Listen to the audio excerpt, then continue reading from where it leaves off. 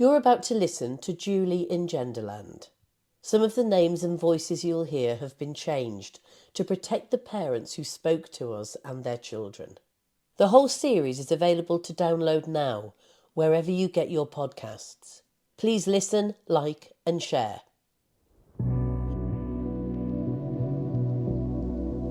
My name is Julie Bindel. I'm a feminist. For 40 years I've been campaigning on the issue of men's violence against women and girls. Now a new threat has turned up in the form of extreme transgender ideology, which says anyone can change sex, and men are women if they say so. And somewhere along the line, children have been caught up in this insanity. I feel like the talk of trying to change myself or transitioning shouldn't have been even a gateway that was opened. In this episode, we speak to a young woman who followed the advice of so-called professionals to try and turn herself into a boy. Now she's calling out this medical scandal. I've just been abused and groomed and manipulated by a lot of people that I thought I trusted. Welcome to Julie in Genderland. When you look at the children who have been drawn into the gender identity madness, certain factors leap out. A history of sexual abuse, neurodivergent traits such as OCD and autism, and being a lesbian. In episode 2, we heard from the parents of Aurora. They, along with a host of professionals, affirmed her delusion that if she could turn into a boy, that would solve all of her problems. Aurora is now 18. She told me how a girlfriend first put the idea into her head of changing sex when she was 14. She liked me, but she didn't see herself as liking women. So she was convinced that I should be a man. So she tried to push this onto me and was like, you'd be fitter, you'd be hotter, you'd be liked more if you were a man, you'd be more attractive as a man, you're an ugly woman, you've got to build like a man, you look like a man, yet behave like a man. So all of this stuff, I was like, yeah, that's right, I do behave like a man. And I was like, and I do dress like a man, so maybe I should, maybe that is what I want to do. And I also, from a young age, I had characters, and a lot of them were male characters that I would act as. One of them was called Freddie, who I had from about 9 or 10. And that was mainly down to her as well, because she had a character, and her character was dating my character, and he was a man. So because he was a male, I recognised myself in this character and was like, maybe I am a man. And then was like, because I love this character, this is me. So in the end, that's when that kind of started when I was about 14. It was on and off when I was like 10 or 12, on and off dressing like a more masculine or tomboyish. But then when I was about 14, that's when I got to the like stage of I'm going to change my name. I'm going to say my pronouns are he, him. I'm going to identify and dress like a man. I'm going to get my hair cut, etc. So then that happened, and then that's when I was told I was more attractive as a man. A lot more boys would speak to me in a more respectful way because they would see me as one of them. So it was a very confusing time because I felt like all the respect that I'd lost, I'd gained from now just saying I was a man, which was really weird because it's like, why would you change your whole view on someone just because they've supposedly changed themselves? But yeah, and then obviously that also fed the professionals with like, see, told you everything would go away if you just change kind of thing. And then I would listen to that and be like, yeah. And then that's when like the whole transphobia kind of stuff come out, where people be like, if anyone goes against it, it's transphobic. If anyone tries to stop you from doing it, it's transphobic, blah, blah, blah, blah, blah. And then, yeah, so from then upwards, I was pretty much brainwashed with the whole you're a man. That's, you were supposed to be born as a man, been born in the wrong body. The best friend that I don't speak to anymore because I hate her, her and her mom used to say a lot of stuff.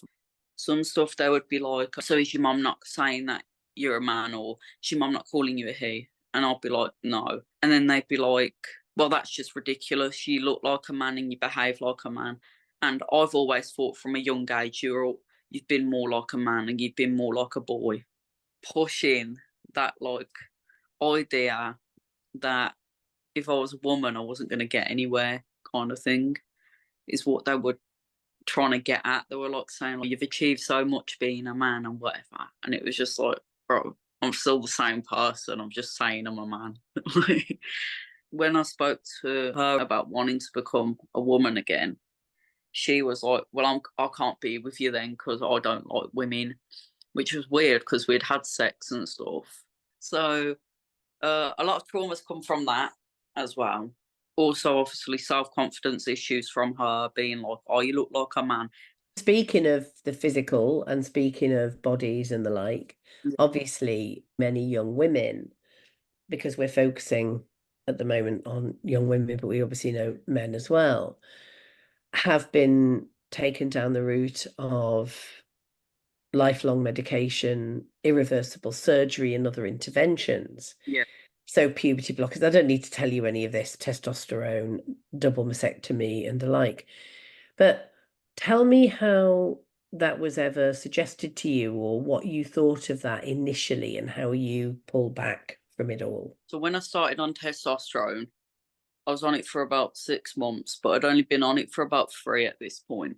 And I had a meeting with the person who was like gender GP. I had a meeting with them. Gender GP is a controversial private company that prescribes puberty blockers and hormones to children and young people. They on the like testosterone, I was supposed to let them know how I was doing on it, etc. And then they said to me, have you thought about getting top surgery? And I said, I haven't thought about it yet. I do want to, but I don't know how I would get it, etc. I don't know if they do it in the UK, all this. And then they said, I suggest you go to Poland to get it done. And that's where a lot of my clients have gone and got their breasts removed. And I was just like, oh, okay. And like, I was really like, you know, going for this. I was like down to do it. And I told my mum and dad at the time, and obviously they were under the influence as well. So they were like, oh, that's good. But I don't think going to Poland's going to be a good idea because of how much it would cost and whatever. And I was like, yeah, that's true. And then with testosterone, the changes I noticed was mood swings. I'd become increasingly more sexual. It was like, I'm quite a sexual person anyway, but that had gone up to like 100. So I was going off. My clitoris got bigger, which was weird. It's normal now. It's just now, but I sweated a lot more. There was a lot of, I got little wispy hairs above my lip. Body hair was a thing for a bit. I think the worst thing was probably still being on my period, but also having really weird male outbursts. So you were raging despite the fact that you were also menstruating at the same time, and it felt quite odd. Yeah. And I had quite like, it's so weird. It was all so weird. It's stuff that I shouldn't have really gone through, but I did. And like, I remember being so happy about it at the time. Like, I was like, oh yes, I finally got body hair, yay. I got a mustache, and I was like, I was really happy about all of it. But yeah, it's not great. This is extraordinary in that I don't know if you've heard of the case of Gail Newland, who was given a prison sentence Yeah, so the story was, and I think, well, she's out of prison now, but she served longer than the average rapist. yeah, So Gail, who I spoke to quite a bit at the time, a lesbian, but had lots of self-doubt, lots of self-hate issues, as many of us do or have had. She was found guilty of committing 3 sexual assaults whilst using a prosthetic penis, so a fake penis, without her victim's consent. So that was, she would say, her girlfriend. The girlfriend said that she thought that Gail was a boy, a young man called Kai, which was, and that's what's particularly interesting to me, links back to what you were saying about developing these male personas and living partly through that persona when it feels comfortable, developing them as actual, real characters. And this is what Gail says that she did, and she says that the girlfriend knew that. Either way, she was convicted. And it was, her defense has always been that her girlfriend did not want to date a woman, that she hated the idea of being a lesbian so much that she wanted Gail to become a boy or play the role of a boy. And I've known quite a few of these cases. Gail's the only one that's ever gone to court and been convicted, but this is something that it's come up again and again when I've spoken to lesbians, including one that I interviewed in Canada last year who'd come from Ukraine and was told when she went to see the gender doctor in Ukraine, she said that she was attracted to girls, that her family hated the idea of her being a lesbian. And all the gender doctor said was, well, if you are same-sex attracted, that means you are a trans man and you can have the surgery and the hormones immediately. And I thought, oh my God, this is just the worst possible extreme case. But it's not that far from young lesbians in the UK and elsewhere, is it? Being told that this must make you a trans man or must make you trapped in the wrong body. What do you think about that? I definitely agree. I think just even if you dress more masculine, a lot of people are like, you must be a trans man, and it's obvious you want to be a man. And it's like, no, it's not. But yeah, I think the standards of it's internalized homophobia, isn't it? It's like they don't want to accept that you could like the same gender, so you must be an opposite. So yeah, it is really, I definitely think it's more pushed onto younger girls than boys or men. But I think it's always if they've got the same, or most of the time, same sex attraction. Because, like, with boys, it's more so if they're gay, and for women, it's if they're lesbians. So I feel like it's just trying to convert them to do something they don't want to do. And a lot of the time, they're so easily influenced because they've got mental health, or they've got OCD, or they've been bullied, or they've been sexually abused, or just trauma in general from a young age, or that sense of not really belonging. So when the trans community can grab them in and be like, well, you can belong here, that's their kind of sense of belonging to do something. So that's when they do all the surgery, and because they feel like that's how they're going to fit in. But in reality, what people should be doing is telling them and showing them to accept themselves for who they are and love themselves for who they are, not converting them to something else and then being like, now you can love yourself, kind of thing. I feel like the talk of trying to change myself or transitioning shouldn't have been even a gateway that was opened. I don't feel like that was anything to do with the whole situation and the trauma that I had. I feel like it was more of they were just the people, the professionals. They've just been like, well, we can't find a cure, so just do this kind of thing. So it's just like a way of getting around it, like pushing around it, just being like, yeah, it's okay, just be a man and you'll be fine. I think that's probably one of them as well. I feel like I would probably have preferred if they had more so try to look more into my friendship groups and the people that I had around me at the time.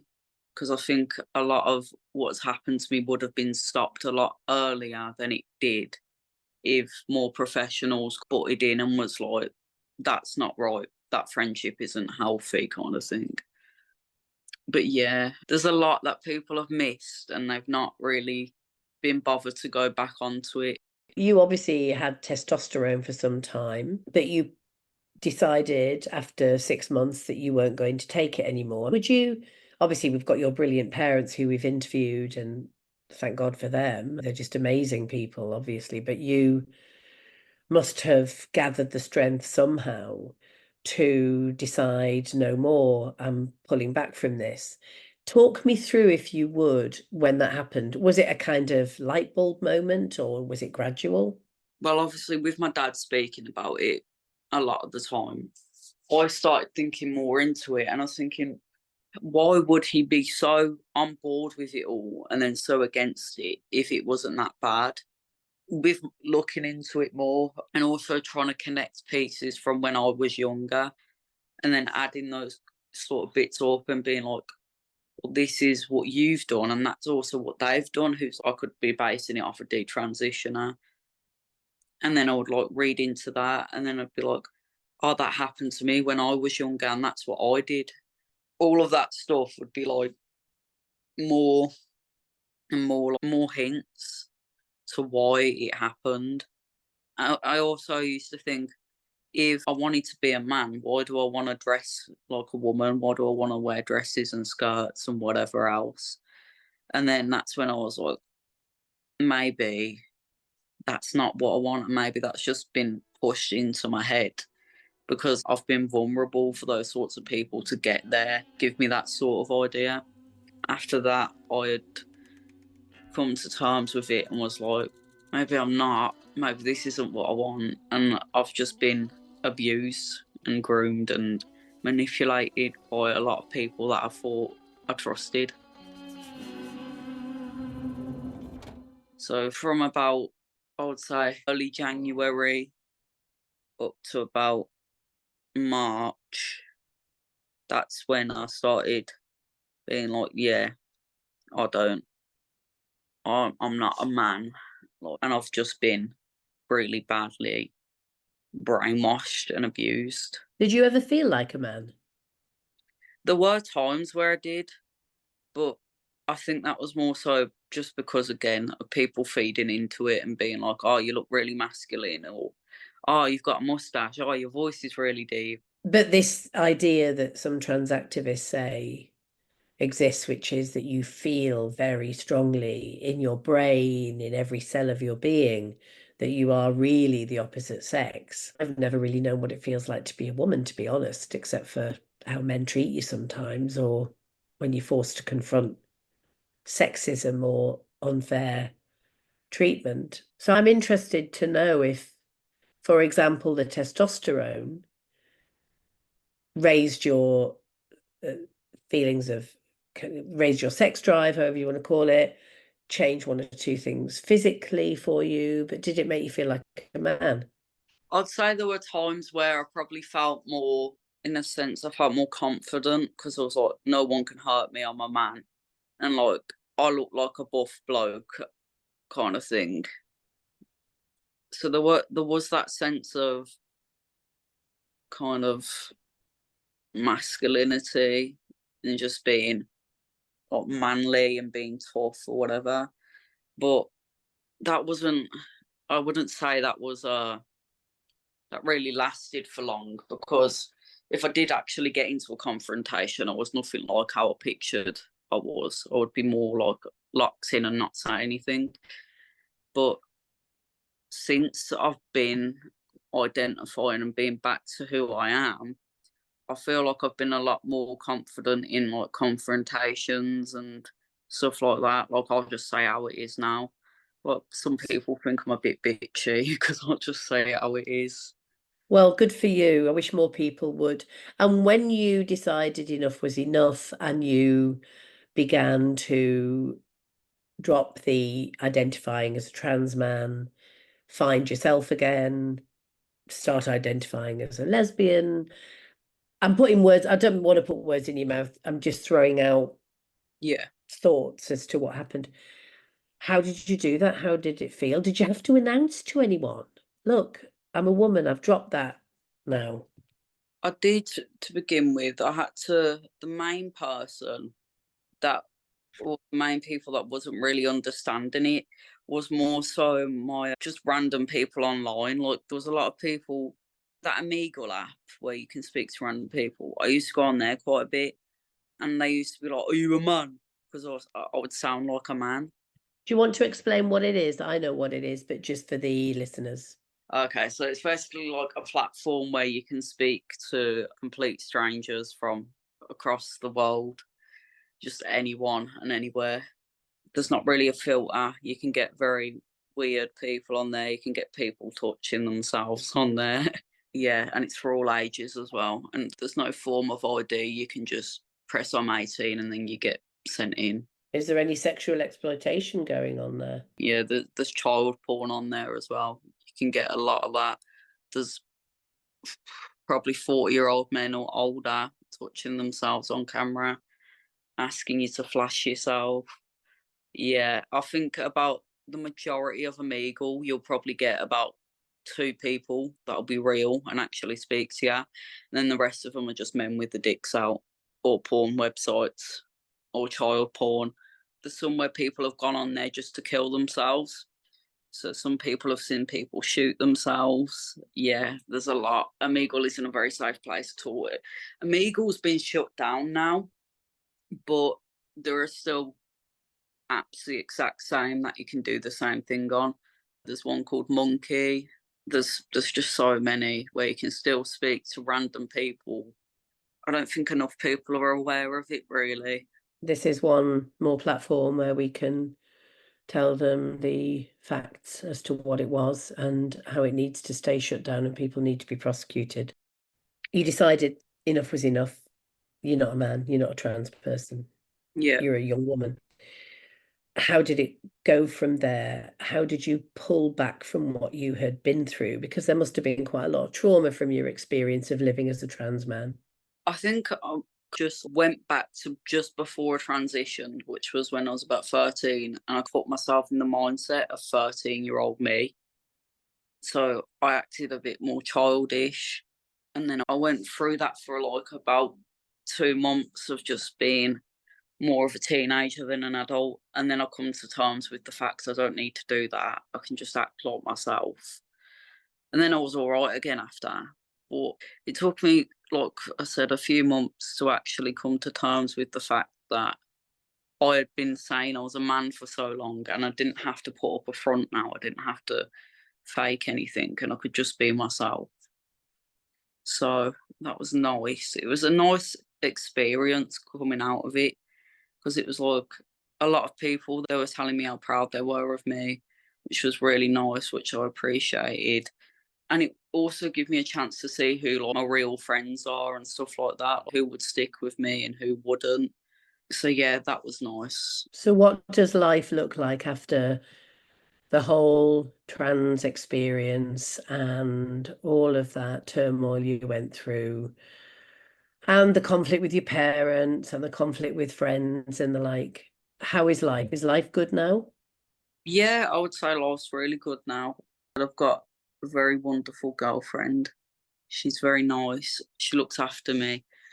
If anything, she's too soft. She's not, yeah, she's just amazing. And she's exactly like me. We're like, I don't know, we're so similar in so many ways. Like, we get in trouble for the same things at college, like we'll burp or something and we'll get in trouble for it. So, Sounds absolutely perfect. That's exactly what a girlfriend should be. And I'm so happy for you. And also, I'm really glad that we've met you and that we met your parents, who we're also big fans of. Most parents just want what's best for their kids. So if you're either validating it because you've been told that's the right thing to do, or you're resisting it, which causes a load of ag anyway, then to actually know that does get through when it's done in a caring, loving way will be music to many of the ears of the parents that we have spoken to, but also that are going to be listening to this podcast series. yeah.